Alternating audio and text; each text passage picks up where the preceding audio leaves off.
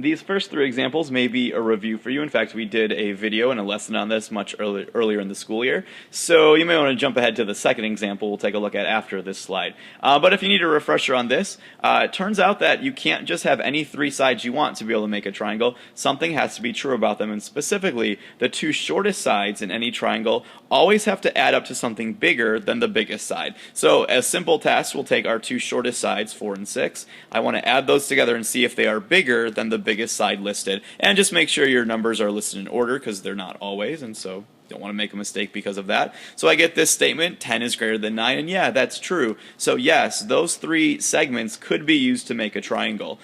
When it says to explain, my explanation is just going to be my work right there. Okay, so that's all we're doing. Let's try a couple more, then we'll look at the other example like I said on the next screen. So take your two shortest sides. This time they're not in order, so just be careful of that. The two shortest sides have to add up to something bigger than the biggest side. So I add that up, and of course 20 is greater than 15, so yes, those could make a triangle as well. In fact, I know they'll make an isosceles triangle because I have two sides that are the same length. My last example, the two shortest sides are 3 and 7, or I'm sorry, 3 and 4. So I want to know, do 3 and 4 add up to something bigger than 7? Well, be careful on this one. I get the statement 7 is greater than 7, and you may be tempted to say yes, but no, 7's not greater than 7. 7's equal to 7. So no, those will not make a triangle. You can't use segments that are 3, 4, and 7 to make a triangle. Let's go ahead and take a look at one of these examples. This is maybe why you're watching this video.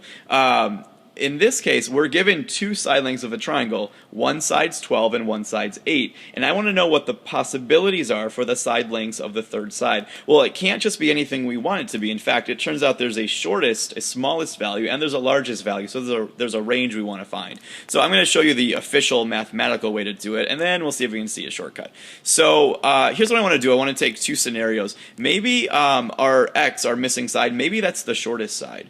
And so in that case, I'm going to take my two shortest sides, which are x, and then 8, the one they gave to me, and that's got to add up to something bigger than the biggest side. Remember, I'm going to assume x is the shortest side in this case. So solving that inequality gets me this statement, x has to be greater than 4. So the missing side could not be 4. Like we already said, 4 is not greater than 4, but it could be something like 4.1, that would work. Or 5 would work, or maybe 10 would work, something bigger than 4. But it can't just be as big as we want it to be because there's a maximum value for this as well. Let's suppose, on the other end of the spectrum, let's suppose the missing side is the longest side. Well, in that case, 8 and 12 are the two short sides, and those need to add up to be something bigger than the biggest side, which is in this case x. So solving that inequality, all I do is add 8 and 12 together, and let me go ahead and flip the order of that. And be careful that the inequality symbol flips as well, just so it's more used to what we're seeing. So, what we're used to seeing. So x has to be less than 20. So in other words, I found a range of values.